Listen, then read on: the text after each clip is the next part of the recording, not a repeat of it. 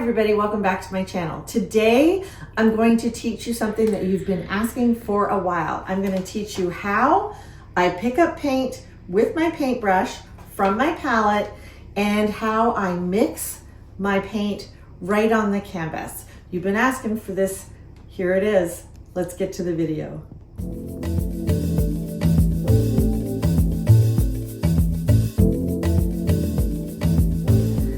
So I've got Zoe here. She's my student from Glendale. Say hi to Zoe, everybody. Hello. The reason we can do this is the first time I've had somebody actually in the studio that can film. You've asked for this, for me to show you how I pick up paint and apply it, but I've never been able to do it because that's a lot of, moving the camera around. So Zoe's gonna work on that with me.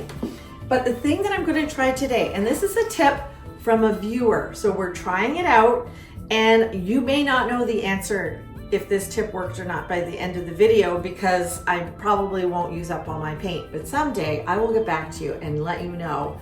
Or you can remind me in a future video that I need to tell you if it worked. The tip that I learned from someone was to apply Vaseline to the palette so that the paint ultimately doesn't stick and peels off really, really well. Because as much fun as peeling paint off is, it takes a while. So I'm curious. So I'm simply, it's like baking cookies. I'm simply greasing the pan. This is called a Magello palette. This has all the little sections for paint and a top that has a rubber, can you see it? That has a rubber seal. So this, I can put my paint in here and then I can put this lid on and seal it up and it's good for days. So this is great. It's different than the Stay Wet palette that I use. And one thing that benefits about this palette is that it doesn't thin the paint. I find on the Stay Wet, because it's on a wet pad and paper, it ultimately thins my paint just a little bit. So this actually keeps it pretty thick. I will finish this up and next we're gonna fill the palette.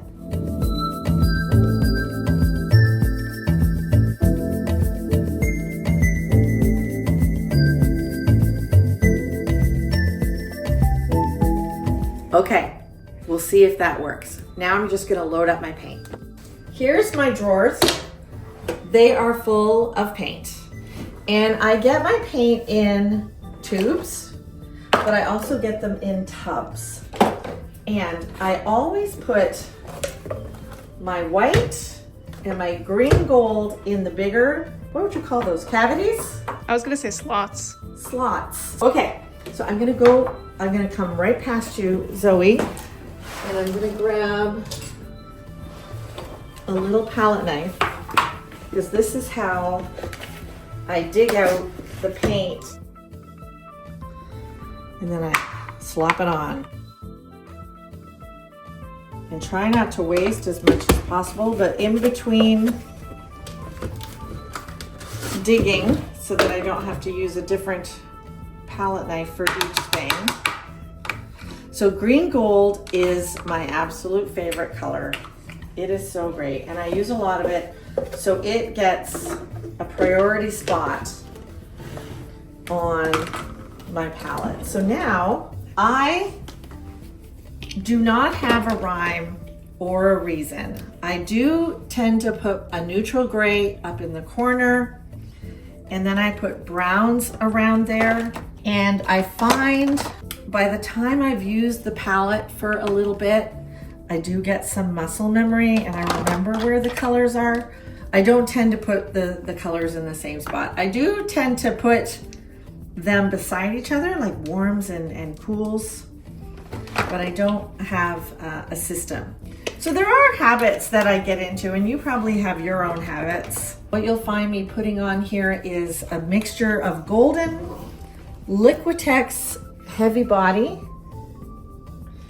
and then I use some Amsterdam. I really like the Amsterdam for the fluidity that it adds. So here I'm putting all my blues are ending up in the middle.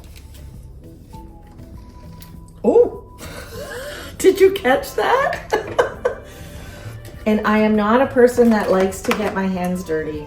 This is the part of my task that I absolutely don't like.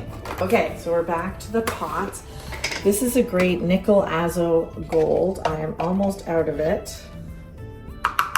I have the tiniest bit of quinacridone burnt orange there, and they discontinued quinacridone burnt orange, and I'm very sad about that because I absolutely love it.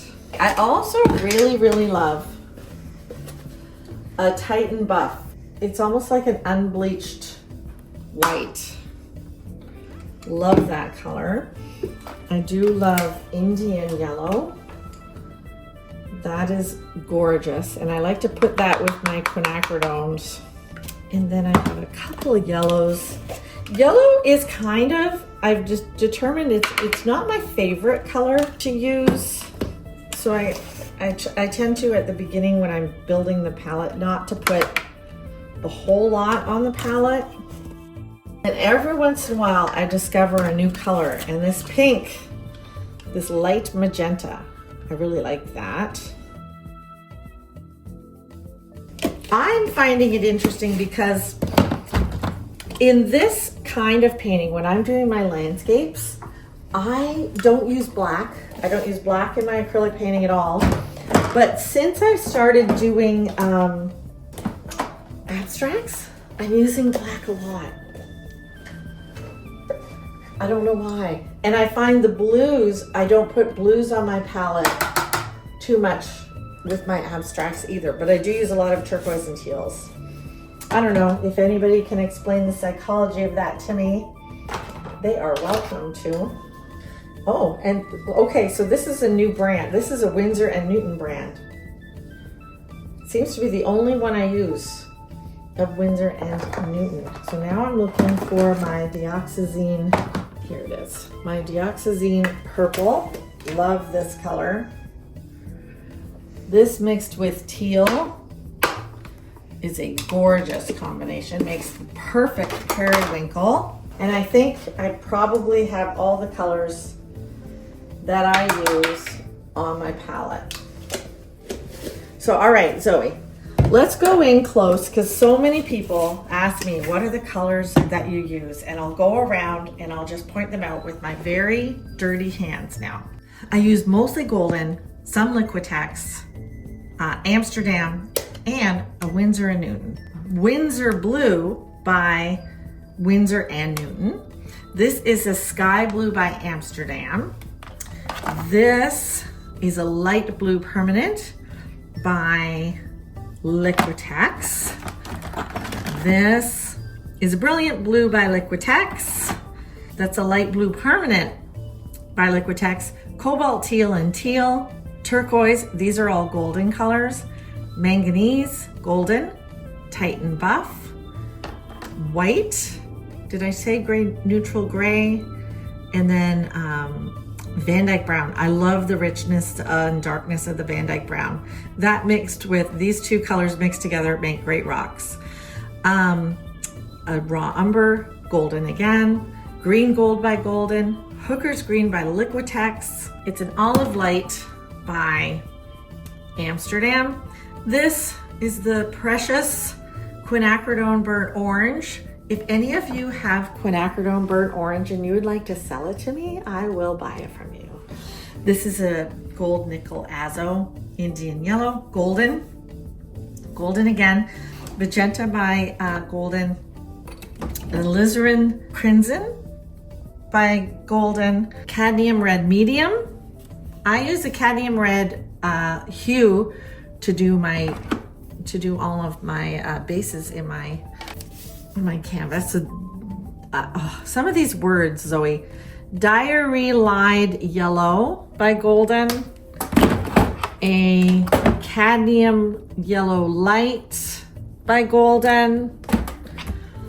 A Cadmium Yellow Dark, I believe, by Golden. And I know there's a lemon Yeah, or cadmium yellow medium. So these are all in the cads. This is a yellow ochre. Oh, I lied. Another Winsor and Newton color. Prussian blue, dioxazine purple. You can see that is just a gorgeous, gorgeous purple. This pink is light magenta. And then my fun fluorescent is Amp by Amsterdam. Okay, I think you've got it all. All right. Okay, I was just asking Zoe if I should start. I'm gonna do the demo on our little tondo, a wooden tondo. And I was just saying, I think I need to paint it red because I usually start on red. And what did you say? My mom was curious why you start with red. So I start with red, number one, to get rid of the scary white.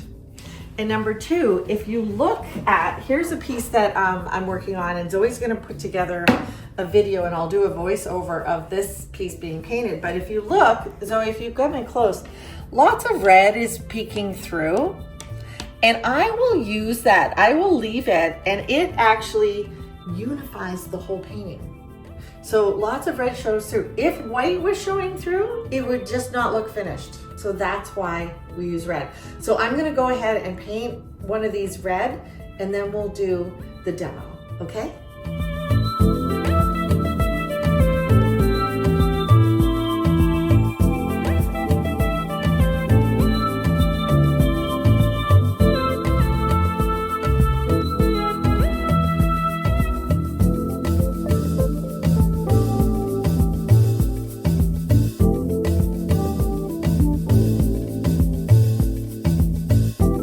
So I'm just gonna pick a reference. I'm gonna pick the same reference that I used to make the big round painting, and I'll do a detail of it on the small round to give you this demo, okay?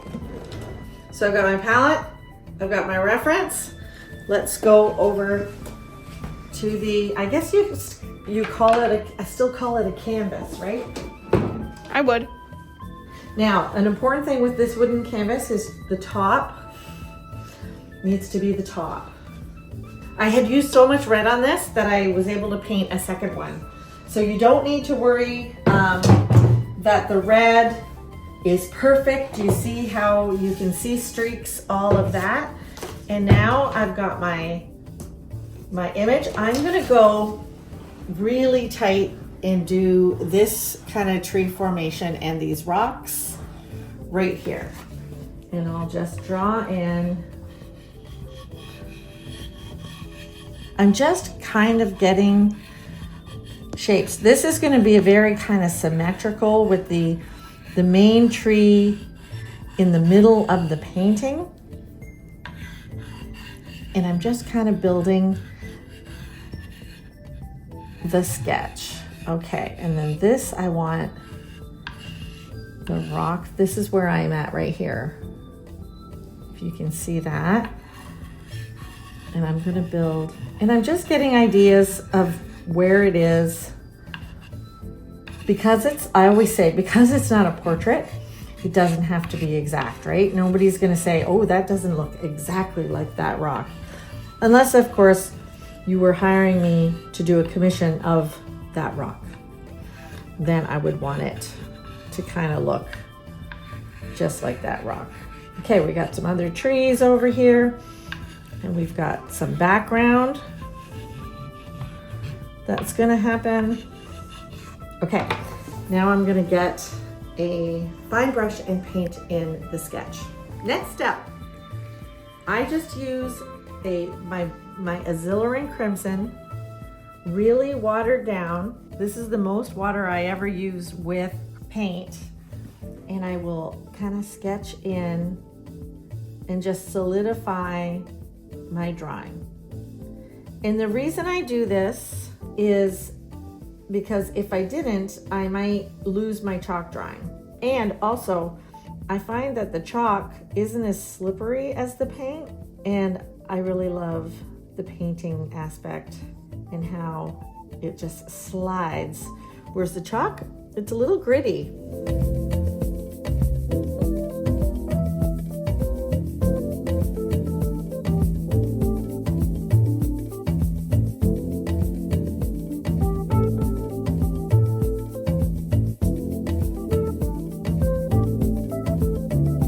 So what I'm doing here is I'm solidifying my drawing. This gives me an opportunity to fix anything or identify anything in here. Like I want a tree, like a deciduous kind of tree to be in the front. It's hard to see in the picture, but there is one here and I want to put that in. So there's a deciduous small tree here, an evergreen in the back, and then we have a little bit of a waterfall happening back there with a bigger rocky shore. And I'm eliminating quite a bit from the painting. I'm just gonna push this back, this background of trees.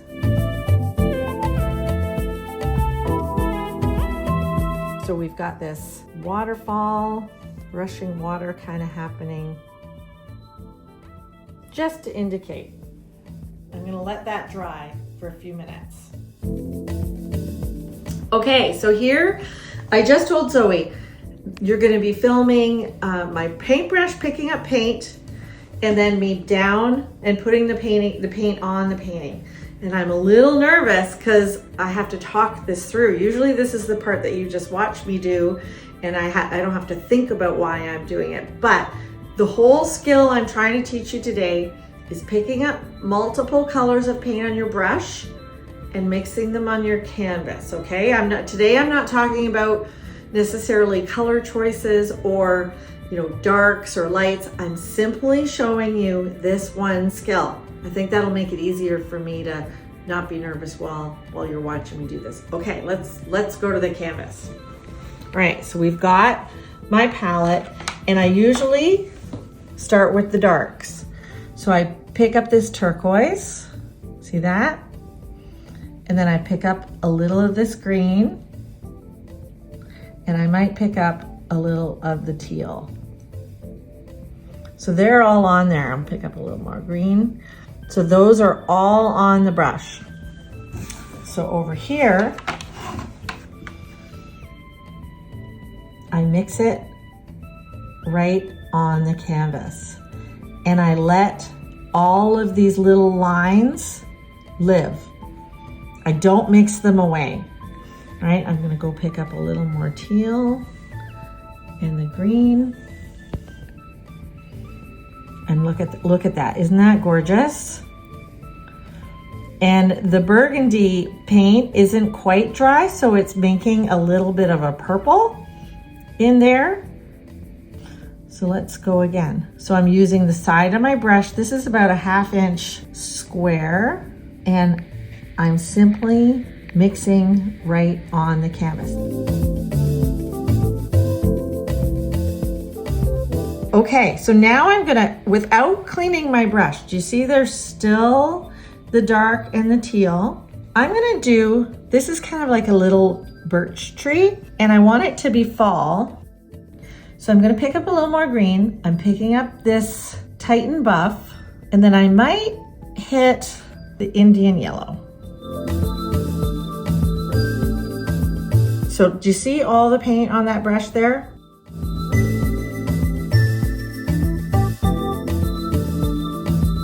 And my brush stroke is varying. So you see how my stroke, even my direction is kind of varying and giving more definition to that little tree. I'm gonna pick up a little yellow now, go back to the Titan Buff.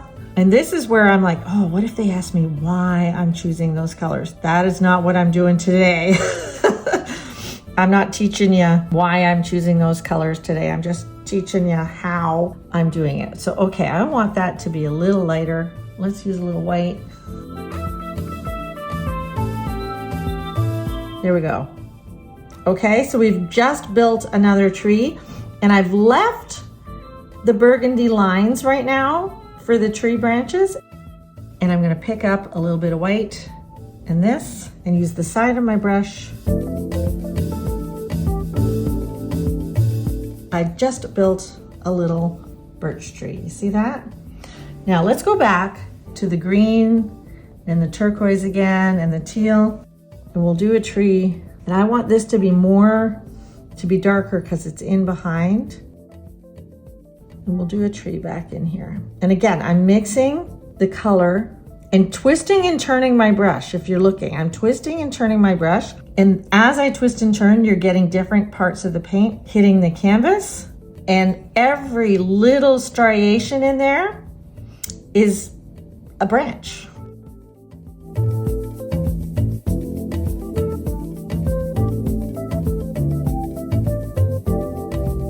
I'm going to now wash my brush and I'm gonna do some rocks, okay? So I do usually do the darkest part of the rocks first. Great color combination for that is a burnt orange. This one is a little thick, so I'm just wetting it. I love to touch dioxazine purple. So you see how I've got some burnt orange, some dioxazine purple, maybe even a little bit of the Van Dyke brown and a touch of the neutral gray. And I squint my eyes and look at my picture and I do the dark part of the rocks.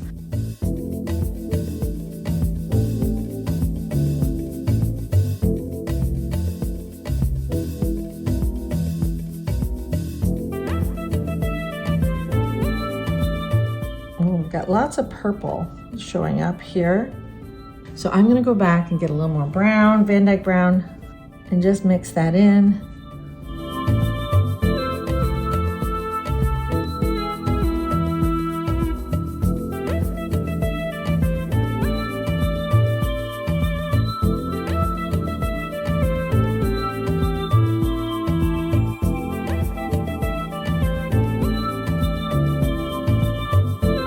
And again, twisting and turning my brush and doing the shadows. So now let's go back and pick up some more gray, the neutral gray, the brown, but here's where it's gonna be weird. I'm picking up this fluid blue as the highlight,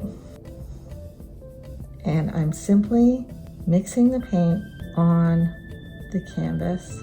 And all the little striations, if I'm saying that properly, become part of the rocks.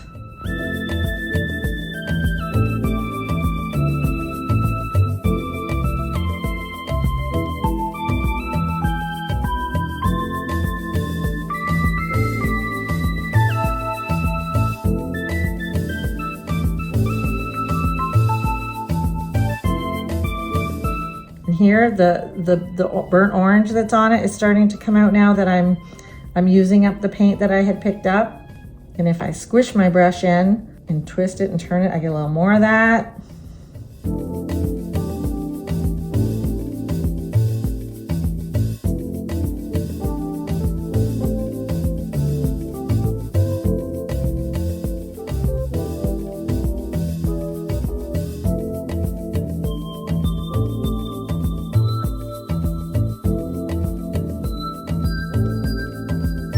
This is the color blocking stage, and I never finish a painting on that first stage, but I'm giving you the idea.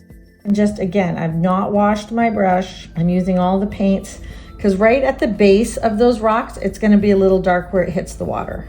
So now I'm going to identify for you the water, and then I'll do a little bit of the background, and then I'll do some of the sky. And then that'll be it. So I don't go right to the lightest or white of the water. When I first start, I pick up a bunch of the blues and the white. I picked up some of the Prussian blue in this, and I twist and turn. A lot of times my paintbrush follows the direction of the water.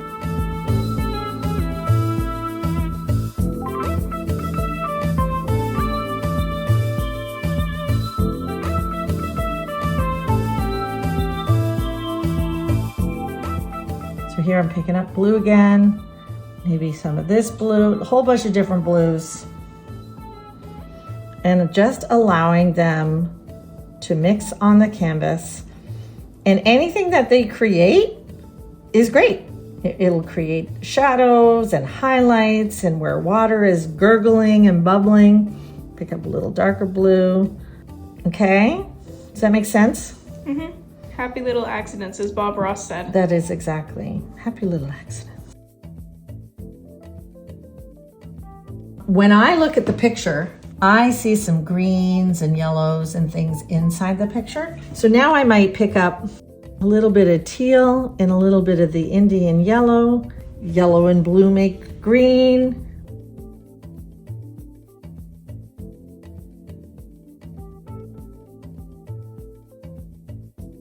It's almost a reflection of the yellow tree above. And I do want to pick up some nickel azo. These are just colors I know that you would see in water. And if you can see, I'm twisting and turning and just letting my brush do the work.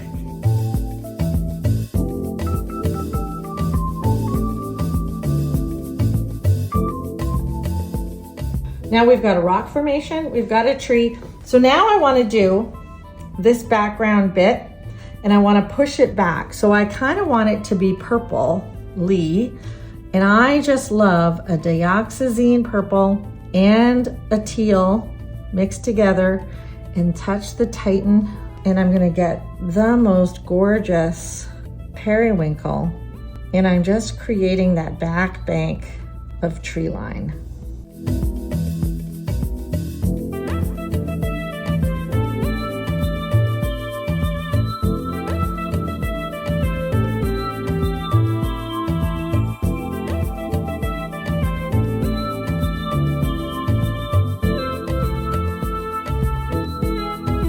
Do you see these strokes, how the paint on the brush, you can see there's turquoise and a darker teal and a darker turquoise, and how just by moving your brush around, you get all of these different lines and everything in it.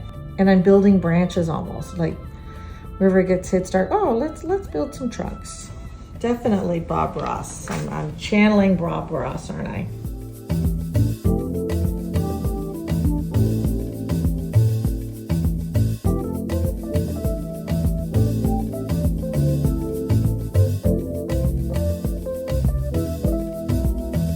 You can see I'm just twisting and turning my brush, right? Mm-hmm. Does it make sense to you? Yeah. Makes me want to get a paintbrush. Woo! That's what I want. Okay, so under here would be darker because that is the underbelly kind of the bottom of these trees. So let's go in and I'm gonna pick up some burnt orange and I want to go darker down in there.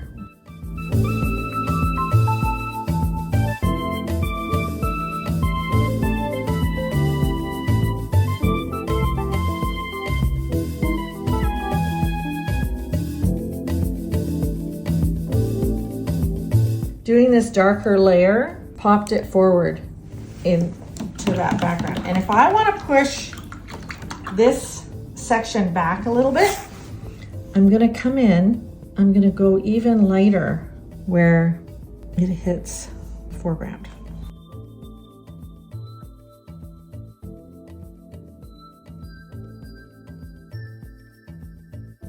Let's do a little bit of the sky. What I love when I'm doing the sky, I love to pick up the hot pink and a whole bunch of the Titan buff, and I start at my tree and I simply twist and turn and I go around the tree lines. By twisting and turning around my tree line, I'm building a sky. But I don't, even in my sky, I let all of these variances live.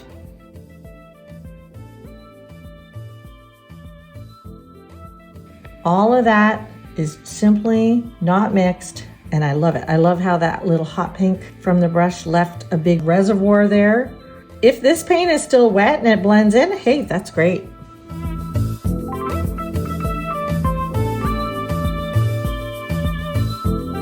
See how I'm mixing by pressing my brush and pulling out. Okay, so I've got quite a bit of white. I'm picking up white. Let's pick up some of this darker blue. And see how I don't get rid of that.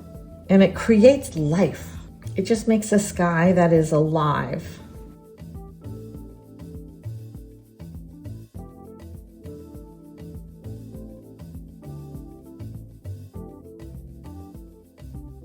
It's not quite done, but we're running out of time. You may have to backtrack, go back and forth, rewind to see how something happened. But the way I do it, pick up all those colors and just blend on the canvas, and that little blue stripe that just made a thing in the rock and tree branches and leaves. There you go. Well, I hope you enjoyed this video. If you did, like and subscribe because that helps the video. And we're gonna be on to the next adventure, and we'll see you next time.